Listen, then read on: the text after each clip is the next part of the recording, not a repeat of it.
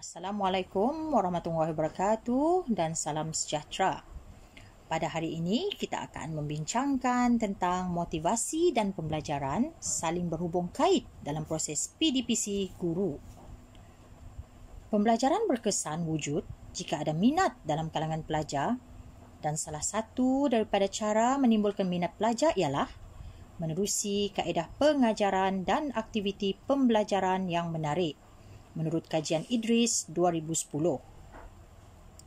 Kita akan membincangkan dengan lebih mendalam tentang motivasi melalui gaya pembelajaran visual, iaitu berkaitan dengan image dan juga peta minda. Seterusnya, tentang motivasi melalui bahan pembelajaran interaktif. Kita akan lihat akses internet pelajar dari segi ini, dan seterusnya, motivasi melalui kecenderungan dalaman tentang kekuatan, kelemahan. Okey. Dan terakhir, motivasi melalui faktor intrinsik pelajar itu sendiri. Iaitu kita akan lihat di sini tentang kreativiti pelajar bagi menghasilkan karya inovatif. Yang pertama, motivasi dengan gaya pembelajaran visual. Seperti yang kita sedia maklum, pelajar kita sangat gemar dengan gaya pembelajaran visual.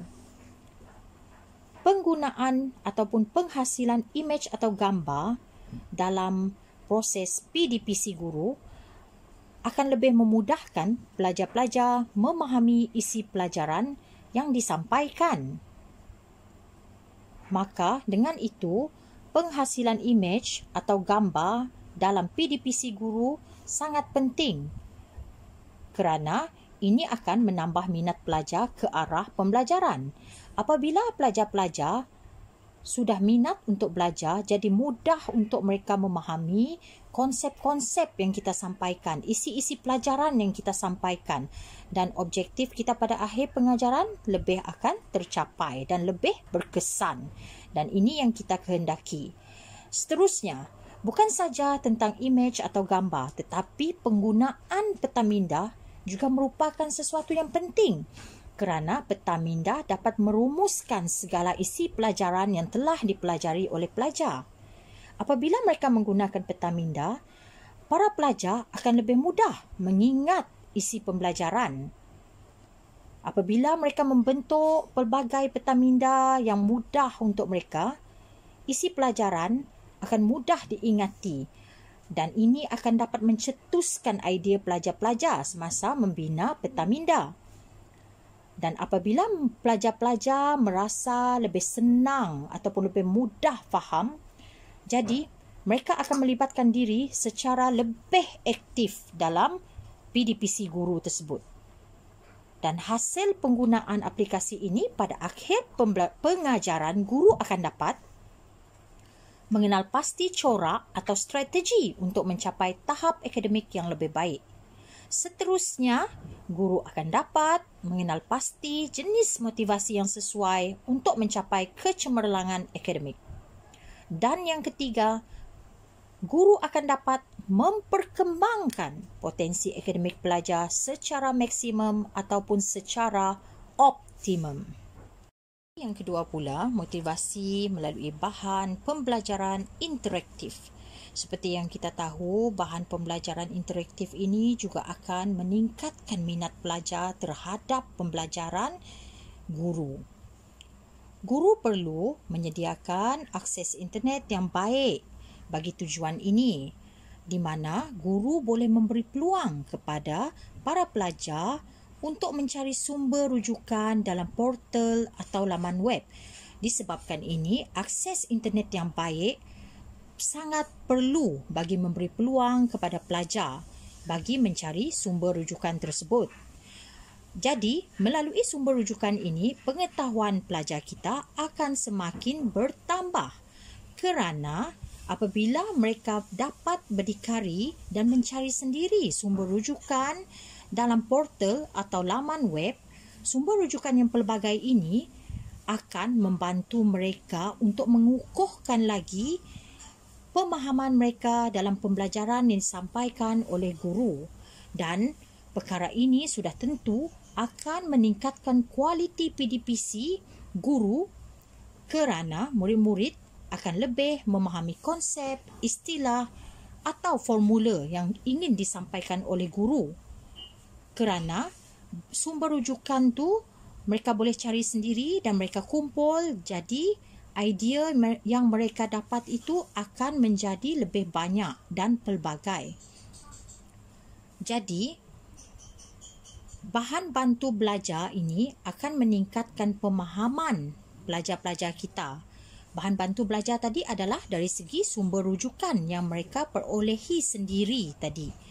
Jadi, yang paling penting di sini, apabila murid-murid mencari sumber rujukan dalam portal atau laman web, mestilah dengan kawal selia guru. Kerana guru akan mengawal selia tentang sumber-sumber rujukan yang mereka perolehi sama ada sesuai dengan pembelajaran ataupun tidak. Dan hasil daripada ini pada akhir pengajaran nanti, guru akan dapat mempertimbangkan kepelbagaian pendekatan, kaedah, teknik, aktiviti dan bahan untuk memenuhi kepelbagaian pelajar. Dan seterusnya, guru akan dapat menggunakan bahan interaktif berpusatkan murid. Yang ini paling penting, menerusi tayangan video dan audio serta penggunaan skrin sentuh. Yang ketiga, motivasi melalui kecenderungan dalaman pelajar. Di sini, kita perlu menjana kekuatan melalui kecenderungan dalaman pelajar-pelajar, iaitu dari aspek minat dan bakat pelajar terhadap teknologi. Di sini, kita boleh mengatasi kelemahan pelajar-pelajar dari segi sikap dan tingkah laku serta minat mereka terhadap pembelajaran. Jadi, seperti yang kita katakan di sini tadi, menjana kekuatan iaitu melalui kecenderungan dalaman mereka terhadap teknologi itu tadi, minat dan bakat mereka tu. Jadi apabila mereka dah boleh menjana kekuatan untuk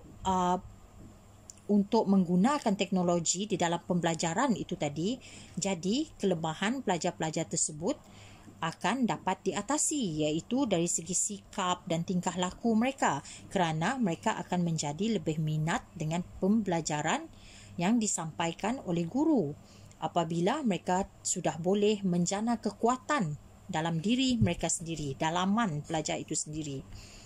Dan pada akhir pengajaran, guru sudah tentu akan dapat merancang pembelajaran kendiri untuk mempertingkatkan pengetahuan, keterampilan dan minat pelajar. Dan guru akan dapat mengamal pembelajaran berbagai dan tidak terikat kepada satu gaya pembelajaran untuk mencapai prestasi tinggi para pelajar.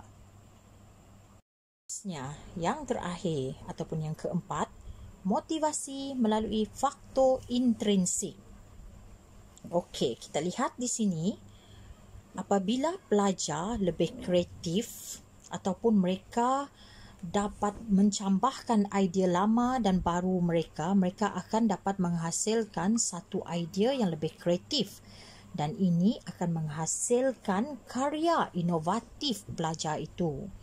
Teknologi sudah tentu akan menjadikan pelajar lebih kreatif kerana hasil daripada penggunaan teknologi itu tadi, idea baru dan lama pelajar akan bercambah.